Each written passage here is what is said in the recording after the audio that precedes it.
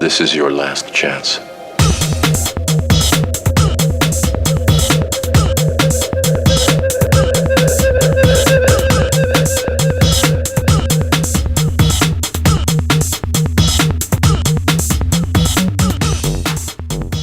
Dr. Harold Tan Chanco. O, salamat po, no? Ang linya ko po, isa po akong ENT, Head and Neck Surgeon.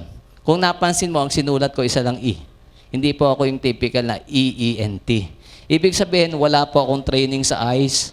So, huwag kang magtatanong sa akin mamaya kung problema mo mata. Hindi ko madalas pinapakialaman yan. Kasi bakit? Maselan yan eh. Baka mamaya magkamali ako, ikabulag mo pa. 'Di ba? Jackpot naman kung problema tenga. Ilong, lalamunan. Meron ho ba dyan tumutulo ang tenga? Wala. Ang buti naman. Ayaw lang umamin. So, tenga, ilong, lalamunan, yung mga bukol sa leeg, nag-oopera po ako niyan. Ang practice ko po bilang ENT, Head and Neck Surgeon, more than 10 years na po. Nakabase ako ngayon. Ang kaisa-isang ospital ko na lang po, na dati galing sa 4 na ospital, iniwan ko na po yung 3. Dito na lang po ako kalambag. Familiar kayo sa ospital namin? Nandito, di ba? Mahal, mura. Mahal. Lahat naman ng private hospital mahal, tama? Totoo, ang mura, government hospital. Kaya lang, ang point ko, ang tao sumisiksik pa rin sa private. Bakit? Siguro, kulang din ang tiwala natin sa government hospital. Baka iniisip mo, serbisyo ng doktor, alanganin ka. Kulang siguro ang mga gamit, laboratorio. Kaya ayaw natin usually sa government hospital. Marami naman po magagaling na doktor dun eh. Kaya lang, aanhin mo magaling kung walang gamit. Di ka rin maoperahan kung kailangan. Di ba? Kaya lang, isang point ang gusto namin maintindihan sa gabing ito. Madalas naman, tayo nagkakasakit one point in time ng buhay natin. Minsan malala, minsan simpleng sakit. Sipon, ubo, trangkaso, dengue, etc. etc.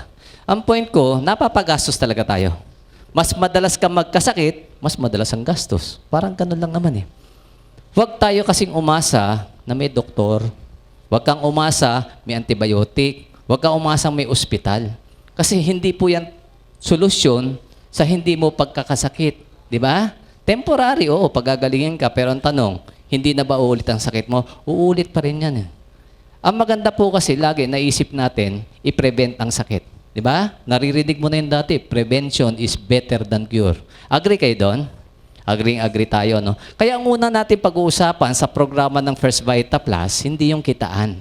Kalusugan muna. Kasi naniniwala po ako, health is wealth. Tama ba yon? Okay lang ba sa inyo mayaman ka, may sakit ka? Siyempre hindi, di ba? Pangunahin kasing kayamanan daw ng tao, kalusugan. Ngayon, kung mayaman ka at malusog ka, yun ang best. Di ba? Sa amin po sa First Vita Plus, ang daming ganun. Gusto nyo rin? Siyempre naman, di ba? So, dito po ang pag-usapan natin, unang-una, paano ka iiwas sa sakit? No? Dito, hindi natin i-discuss kung anong antibiotic ang gagamitin mo, kung anong injection. Ang gusto namin kasi, hanggat maaari, walang intervention. Yung bang naturally, nakakaiwas tayo sa sakit. Di ka nagkakasakit. Di ba? Kasi kung papansin ninyo, ako po, nagsasalita sa harapan nyo, isa po akong doktor. No? Hindi po sinasadya ang pagsali ko dito sa First Vita Plus. Bakit? Tingnan nyo po Ang First Vita Plus po, natural health drink. Nandun na yun. Maganda naman ang ibig sabihin, natural health drink. Kaya lang, saan po kaya galing? Nung pinaliwanag sa akin nung araw, nung pinakita sa akin nung araw, ito po nakita ko, prominente, puro dahon. Sa palagay mo ba ang doktor natutuwa sa dahon? Hindi, allergic kami dyan, galit kami dyan. Di ba? O para po sa akin, imagine nyo po, 10 taon ako nagmedisina. Pag-aaral, no? Pagkatapos ng training sa medicine, nag-training pa po ako ng ENT, 4 na taon, 14 long years. 14 long years na siguro puyat, pagod, lahat na nandun. Tapos ibabalik mo ako sa dahon. Palagay mo, tama yon? Parang mali eh. Alam niyo, nung araw, nung una po akong in-invite dito, kasi medyo matagal na rin po ako dito, 6 years na ako eh. Ang sabi ng kaibigan ko, may i-offer to sa aking produkto, makakatulong sa practice ko. Excited din naman ako. Akala ko kasi instrumento nang iaalok sa akin. Kasi bakit? Technician eh. Iniisip ko, baka related doon, instrumento pang opera, ibebenta sa akin ng mura. Eh di okay nga. Kaya lang, ano nakita ko? First Vita Plus, nadismaya ako. Sabi ko nga, hindi para sa akin yan eh. 3 buwan po akong nililigawan, umatin, umupo man lang yan, hindi ko ginawa. Bumili ba ako kahit isang sachet? Hindi po ako bumili. Bakit? Nanindigan po ako bilang doktor, ayoko ng herbal products. Kaya lang, obviously, may nangyaring kakaiba. Bakit? Nasa harapan niyo ako ngayon eh. Ako ngayon magpapaliwanag. Ibig sabihin, dating super negative, ngayon, hindi na. Bakit? Speaker na nga eh. At tandaan niyo, wala akong bayad dito. Bakit dati ayoko nandito ako? I-shortcut ko na lang, no? Kasi may maganda kaming ibibigay sa inyo yung lesson o yung mga tips kung paano ka makaiwas sa sakit. At sigurado naman ako, marami sa inyo nakarinig na ng product. Marami sa inyo nakainom na ng produkto, di ba? Sino sa inyo ang sa totoo lang nakainom na ng First Vita Plus? Taas ang kamay. O di ba halos lahat naman eh. Sinong hindi pa nakakainom pero alam na ang First Vita Plus? O di halos lahat alam na rin pala. No? Kaya minsan hindi ko na masyadong dinidetalye ang produkto eh. Kasi bakit? Alam nyo na eh. At sigurado ko, umiinom ka dahil alam mo, makakaganda sa katawan mo. Imposible namang inom ka ng ilong, wala lang. Di ba? So, ipapaliwanag namin ng konti yon. Kaya lang, kunin ko muna o ipaliwanag ko muna istorya ko kung ba't ako na-involved. Di ba sabi ko kanina, negative ako 3 buwan. Ayoko talaga umattend eh. No, ayoko talaga sumali. Ang iniisip ko, kaya ako pinapasali, health product eh. Di ba? Kita naman po sa sachet, kung kukuha tayo ng sachet ng First Vita Plus, ito po yung isa. May nakasulat kasi dito eh. Natural health drink. Di ba? Ibig sabihin, pangkalusugan. Hindi naman iinumin lang eh, na parang C2, pamawing uhaw. Di ba? May pangakong kalusugan. Naisip ko, kaya po ako pinipili sumali kasi nga, pangkalusugan. Pag nireseta ng doktor, lalakas benta nila. Yun ang naisip ko, gagamitin lang ako. Pangalawa, naisip ko, siyempre, health program, may magse-seminar, kailangan speaker. Ang feeling ko din, gagamitin akong speaker. Eh, ayaw ko nito nung araw. Tingnan nyo, nandito ako ngayon sa inyo. Di ba? Kaya ako pumapayag ngayon, galing pa nga ako sa clinic eh. Katatapos ko lang po mag-clinic. Kumbaga, pagod na, kumita naman, pwede na magpahinga. O kaya lang sumaglit muna ako dito para bigyan ko ng magandang tip. Na mamaya, pag uwi nyo sa bahay, tandaan nyo, papakinabangan nyo to habang buhay. Kaya magpasalamat po kayo sa mga nag-invite sa inyo. Palakpakan nyo rin po sila. Ha? Minsan nga, hindi lang sapat talaga yung palakpak eh. Dapat paglabas, i-lips to lips nyo. Okay lang yan. Kasi angel yan ang buhay mo. Imagine mo, gusto niya umiwas ka sa sakit. Pangalawa, gusto niya yumaman ka. O, di ba? Hindi niya pinagdamot eh. Yun narinig niya dito, no? So, dito po, itong storya kung bakit ako na-involved sa First Vita Plus. Di ba sabi ko, ayoko. Kaya lang, ang weakness ng doktor parate, libre. Di ba? Sanay kami sa libre. Pag kami kinocover ng Medrep, libre ang sample na gamot. Di ba? Libre prescription pad, libre ballpen. Diyan nga, sa bag ko, 3 ballpen kanina nakuha ko sa Medrep. Libre lahat. Di ba? Libre merienda. Pinapansit pa ako kanina. Diba? May baon pa uwi. Imagine ninyo, libre ang seminar dito, seminar sa abroad, lahat. Spoiled talaga ang doktor. Kaya madalas, pag doktor target mo, huwag mo bebentahan. Dapat bigyan nyo lang ng libre. Bakit? Sanay yan sa libre talaga eh. Wala tayong magagawa doon. No? Sinanay kami ng sistema. Kaya minsan naisip ko, hindi kaya pambabribe yun? Ano sa palagay mo? Pwedeng ganun. Di ba? Para nga naman, kung sino mas malakas magbigay, paboran ng reseta namin. Di ba? Ang problema po kasi, pagka po ang doktor, binibigyan mo ng malaking pabor, saan binabawi? Palagay ko sa gamot. Di ba? Kaya naisip ko, hindi kaya ang doktor ang isa sa reason kung ba't mahal ang gamot sa Pilipinas? Pwede rin. Di ba? So yun po aralin natin ngayon. No? Nabigyan ako ng 3 samples ng kaibigan ko. Nalinawin ko, kaya ko lang po kinuha, isang reason lang, libre. Iinumin ko ba? Hindi. Bakit ayoko inumin? Natatakot po ako. Kahit doktor ako, tao din ako. Bakit ako natatakot? First time ko narinig nung araw, 6 years ago, ang First Vita Plus. Ang problema, hindi ko narinig, hindi ko nakita sa TV. Sa tao ko lang narinig at nakilala. Di ba ang tao kasi, lalo tayo, pag bago ang produkto, mas okay sa'yo pag sa TV mo napakinggan o nakita. Di ba? Para yung mga kino-commercial sa atin, kahit bagong product, automatic nakita mo sa TV, hawak ng artista, kinakain nila, okay na sa inyo. Pero pag wala sa TV, diskumpiyado tayo parate. Hindi kasi natin alam kung saan ang galing eh. Lalo na nung araw po, ang Vita Plus po, hindi ganito kaganda ang packaging. Ano itsura niya? Aluminum foil o may nakaprint lang sa gitna, parang maliit na sticker. O siyempre, natatakot ako. Bakit? Baka pag inom ko, bumula bibig ko. O sino sisisihin ko? Wala. 'Di ba? So, ang point ko, ayoko sana talagang tikman. Kaya lang, medyo naging curious po ako sa lasa. Kasi ang banggit ganito eh. Madali lang naman daw intindihin ng First Vita Plus. Lalo yung produkto. Ano daw to? Gulay na ginawang juice. So, naintriga ako, ano yung lasa ng gulay na ginawang juice? 'Di ba? Kasi may concept naman tayo pare-pareho kung ano ang gulay. At kung ano ang lasa ng gulay. 'Di ba? Kasi ito basically, ang sabi ang Vita Plus, ito daw yan. Gulay, ginawang juice. Nung unang pinakilala sa akin yan na ganyan, itong tanong ko, bakit pa siya gagawing juice? Gulay na nga di kainin na lang natin. Subukan mo sa probinsya magpaliwanag ng Vita Plus.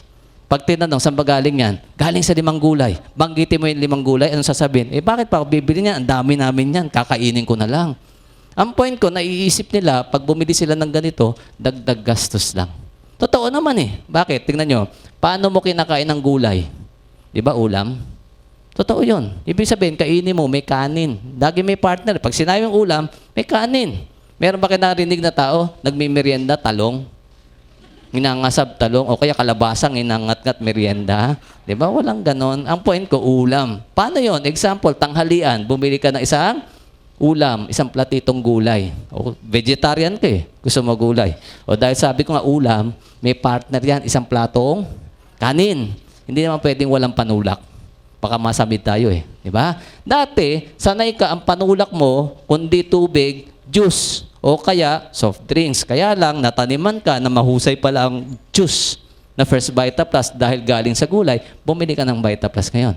Yun ang panulak mo. Yung gulay na ginawang juice. Gulay. Di ba pareho lang? Gumastos ka sa 2 bagay, pareho lang. Practical ba yon? Tingin ko, hindi. Di ba? Nagdoble-doble lang O dahil doble-doble, di tanggalin na natin isa. Tanggalin mo na lang ito. Anong natira? Yung juice. Ibuhos mo sa kanin. Ulam. Pwede ba? Pwede. Pag bata, pwede. Di ba? Isip bata, pwede rin. Di. Ang gusto ko lang ipunto sa inyo, di ko kasi alam ang reason nila nung araw. Bakit nga ba gagawin pang juice? Sa akin kasi diretso na lang. Kasi ipaliwanag mo sa probinsya. Kaya ginawang juice kasi masustansyang gulay ang pinili. Ang sasabihin sa'yo, di lalo na dapat lecture na lang para unahin kainin ng tao yun. May point din naman. Di ba? O tingnan nyo tingnan po natin kung ano yung pinanggalingan na gulay. Kasi basic naman Ang First Vita Plus, nakasashay. Bakit? Natural health drink siya, powder form. No? Ibig sabihin, powder form, para mainom na juice, ititimpla natin sa isang basong tubig. Iklaro po natin lagi yan Isang basong tubig. 240, 250 ml o 8 ounces kung didihan ng bata. No? Ganon po ang dami ng tubig. Bilin nyo yun. Kasi minsan nagkakamali sila, kalatang. Tinitimpla 1 litro. Wala nang lasa kasi pagka ganon no? So dapat 1 baso lang pong tubig. Pwedeng mainit, pwedeng malamig. Depende sa sitwasyon. Ano daw sitwasyon yun? Halimbawa, ang init ng panahon, gusto mo refreshing. Ano maganda? Malamig na tubig. Pag may sore throat, ano maganda? Siyempre, mainit na tubig. Ganon lang naman no? Depende rin sa kursunada mo.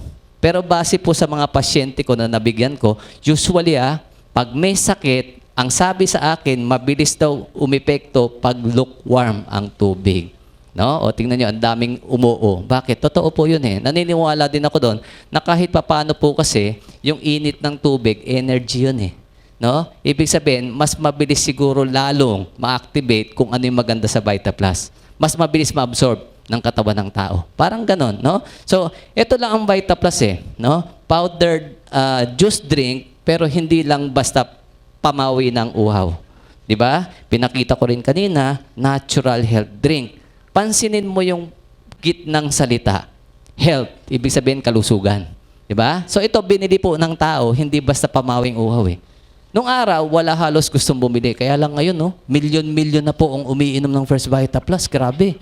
Napakarami na pong gumagamit. Bakit? Siguro may magandang napala. Kasi unang-una, i-analyze natin. Health drink. Ibig sabihin, may pangako. Kaya ka nag-try siguro nung araw kasi nga, ang pangako nito, may pangakong kalusugan. Baka sakali, uminom ka, umokay kung ano nararamdaman natin. Example lang, kung ang produkto hindi magaling, may pangakong health, ininom mo, walang nangyari maganda sa'yo. Tanong, uulit ka pa kaya? Siyempre, hindi na. Tingnan nyo ang Vita Plus dati, kukunti umiinom. Bakit ngayon, milyon-milyon? Bakit ngayon hindi lang Pilipino, pati ibang lahi? 'Di ba? Ibig sabihin, totoo ang produkto sa pangako niyang kalusugan. Palakpakan niyo naman ang Vitaplus doon.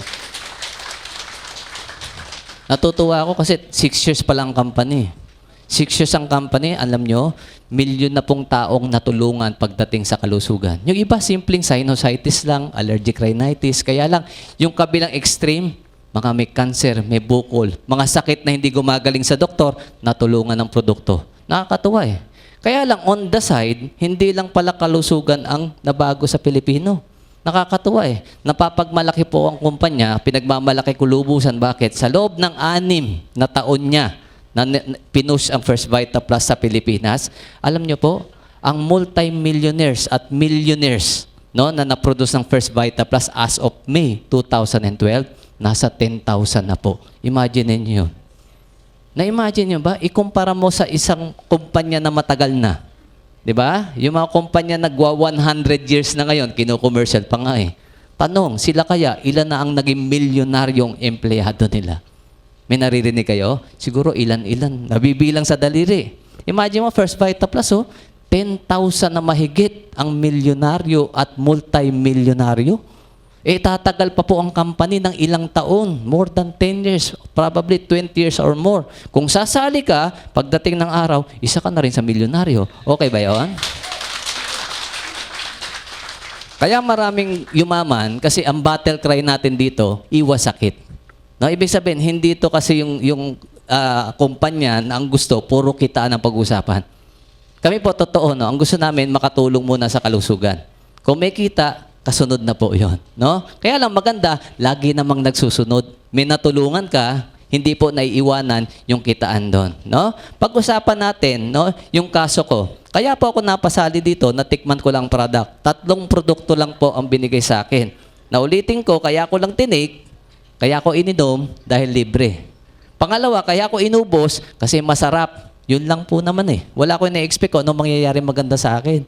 Kaya lang tingnan nyo bakit ako napasali? Bilang doktor, meron din po akong problema na dala-dala ko for the past 17 years. Totoo, naging successful ako sa practice, sa career ko bilang ENT. Maraming na-operahan, maraming pasyente sa outpatient, marami din pera. Kaya lang nakaipon din ako ng sakit eh. Di ba? Marami sa atin siguro ganun. Yung matatanda na sa kumpanya, di ba? Bukod sa dumadami yung payslip mo na wala ng pera, dumadami din ang sakit natin. Ang doktor ganun din eh. Ang kaibahan lang namin, dumadami pera namin, hindi puro payslip.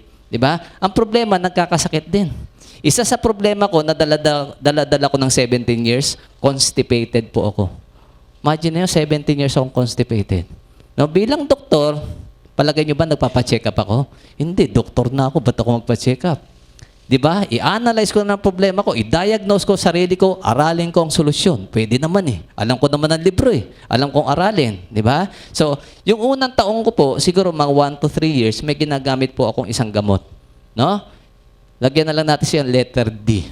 No? Alam niyo naman siguro yun, bulong ko na lang, Tulcolax. Baka sabihin kasi sa nagpo-promote ako eh. No? So, alam na natin yon. 1 to 3 years yan ang gamot ko. Kaya lang, after 3 years, parang ayaw na. Kumbaga, di ba, sanay tayo doon, naririnig ko sa mga pasyente, Dok, ayaw nang tumalab sa akin, na-immune na yata ako. Ganon tayo minsan eh, di ba? Nasasanay ang system, no, nagko-cope system mo. Nung 3 to 5th year, nagdagdag pa po ako ng isang gamot. Ito po, letter L. Laxoperal. Narinig niya? Alam niyo na yun, di ba? So, ginagamit ko siya, combination o kaya alternate. Depende kung paano umayos yung pagdumi ko. No? Kaya lang, nung more than 5 years na, parang ayaw pa rin tumalab na ulit. Nagdagdag po ako, nung time na yun, nauso po yung mga fiber supplements. Marami naman brand yan eh. Di ba? Yung mga fibers, nauso nun eh. Bulk daw, para mas maganda ang pagdumi natin. So, nagdagdag po ako. Kaya lang, nagdagdagan pa ng 2 taon, no? Ayaw na rin, parang kulang na naman. Ang problema, dinadamihan ko na ng fiber. Dinadamihan ko na ng pagkain ng fruits. No? Kaya lang, siyempre, pag constipated ka, minsan matigas ang dumi, sumusugat. Kaya po, nung dulo, nagdagdag pa po ako ng isang gamot, pero hindi iniinom, ointment. Sabi niya, ba't may ointment? Alam mo, sa tenga ilagay, constipation usapan natin. Alam niyo na yun kung saan nilalagay, di ba? So, 4. Sa story ko na 17 years, nagsimula po ako isang gamot. Di ba? Tapos, umandar ang panahon, naging 4 ang ginagamit ko. Tanong, gumaling kaya ako dyan? Analysis nyo. Palagi ko hindi. Kasi, di ba, hanggang dulo ginagamit ko eh. Kasi kaya ko pinapaliwanag yan, baka yung iba sa inyo ganyan din ang sitwasyon. Pwedeng hindi constipation. Halimbawa, isang araw, sumakit ang batok mo. Punta ka sa doktor mo. Chinek ang blood pressure mo. Mataas ang blood pressure. Di ba? Hypertensive ka pala. Bigyan ka ng isang gamot, pampababa ng BP. Siyempre, may follow-up yan. After 3 months, balik sa doktor. Pagdating sa doktor, may laboratorio na naman. Nakita mataas ang kolesterol. O di isang gamot ulit. 2 na. Di ba? After 1 year, namamanas na paa mo. Balik ka ulit kay doktor, bibigyan ka pa ng isang gamot, pampaihi naman. Pagputok ng bola, 8 to 10 ang gamot mo pagdating ng araw. Totoo bang nangyayari? Nangyayari yan eh. Di ba? Kasi kaya po ako napaisip to, kasi ganito eh. Palagay ko naman, hindi ka doktor, doktor ako, kaya lang pareho ang konsepto natin kung ano ang gamot. Di ba? Iklaro ko sa inyo. Kasi naiisip ko eh, parang ang nabago na yata ang konsepto natin ng gamot. Kasi sa palagay ko, ang gamot, alam mo eh, anong role ng gamot? Iniinom mo para gumaling ang sakit mo, karamdaman mo. Di ba? Yun ang gamot. O kaya lang, baka nga nabago na ngayon. Tingnan po natin. Kaya nung araw, hindi maniwala ang tao dito na makakatulong eh. Kasi bakit? Ang unang-unang binabasag ng VitaPlus, yung konsepto kung ano ang itsura ng gamot na nakalagay sa isip mo. Pag tinanong kita, ano ba ang gamot? Di ba naiisip mo tableta, capsule, o kaya syrup na masama ang lasa?